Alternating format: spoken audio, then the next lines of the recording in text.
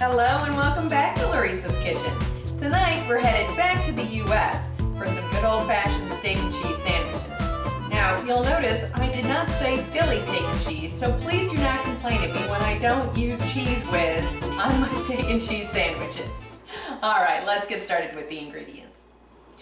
Okay, we're going to start off with flank steak. Now, I am using 2 steaks because my family loves these, so I'm going to be making quite a few. We're going to be cutting this in half and then cutting it on the bias into thin strips while it's raw. We're also going to season that and add a little bit of oil to this. We also need 1 whole onion that has been cut into long, thin strips because we're going to want to saute these. Alright, we are also going to need probably half of a head of garlic, finely minced. Now, I'm going to use the whole thing because we do like a lot of garlic. I also am using bell peppers. Now, these are the bell peppers that I previously fire roasted on my stovetop, and here's a quick reminder how to do that.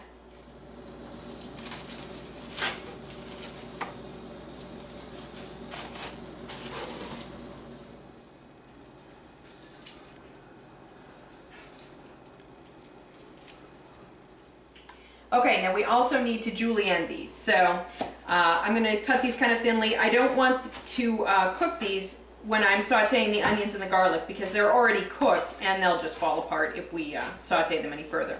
Alright, we're also going to need sliced provolone and a hoagie roll for all the people that you want to serve. So let's finish getting this prepped up and then let's get this over to the stove. Okay, again, we want to get these hoagie rolls cut in half, but we don't want to cut all the way through so that we don't, so our sandwich doesn't fall apart before we even can start eating it.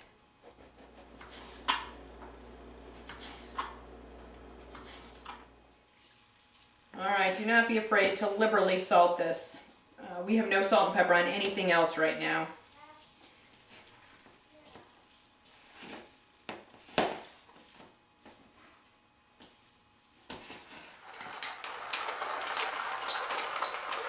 Okay, probably at least a half of a teaspoon of fresh cracked black pepper. Okay, and with all this meat, I'm probably going to pour close to a 1/4 cup of oil on here. Now this is olive oil. You could just use vegetable oil or canola oil or your favorite type of vegetable oil would be fine. Alright, now let's just toss this by hand. Alright, let's get to making these sandwiches. Okay, normally when we cook meat and vegetables together, we start with the meat and allow some of the fat to cook off so that we can saute our vegetables in that. We're going to cook this in the opposite order because we don't want to overcook this flank steak. It's very tough, and if we cook it too done, it's going to be very tough to eat. So first we're going to start with a little bit of olive oil in our pan. And we're only going to make 1 sandwich at a time, so you're only going to need enough onions and garlic for 1 sandwich. Again, we're going to wait to put the peppers in until this is almost done. We're just going to heat the peppers through.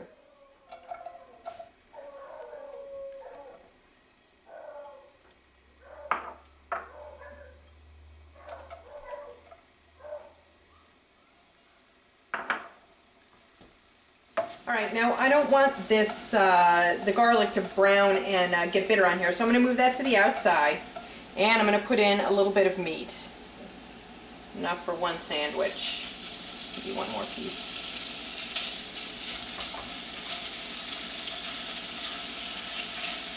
Alright, we're going to cook this until it's brown.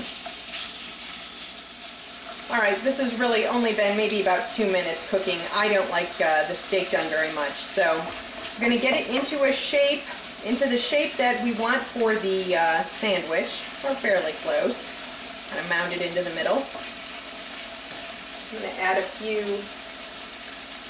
bell peppers on here. Okay, and let those warm up. Sorry about that. I'll let those warm up. And then I'm going to top this with cheese, and we're going to let it melt for just a few minutes before it goes into the hoagie roll.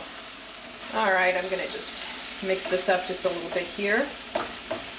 Okay, now I like a lot of cheese, so I'm going to use 1½ slices of provolone cheese on this.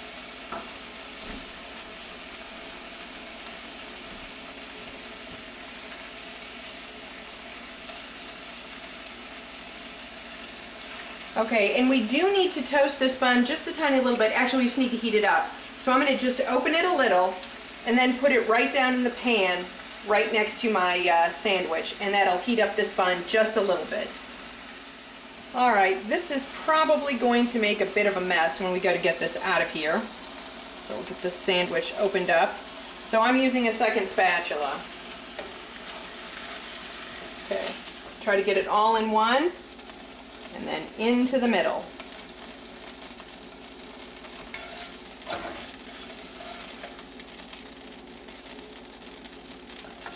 All right, let's get this sandwich tasted. Okay, let's give this sandwich a taste. Now I know it's gonna be messy and I probably won't be able to say anything afterwards.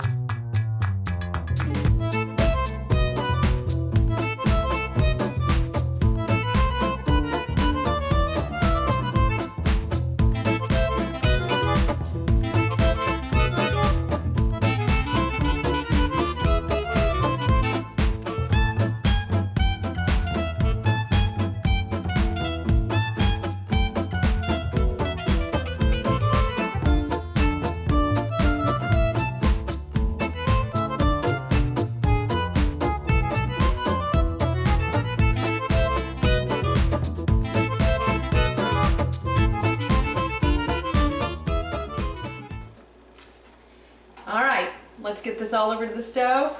Let's actually get this all prepped first. Again.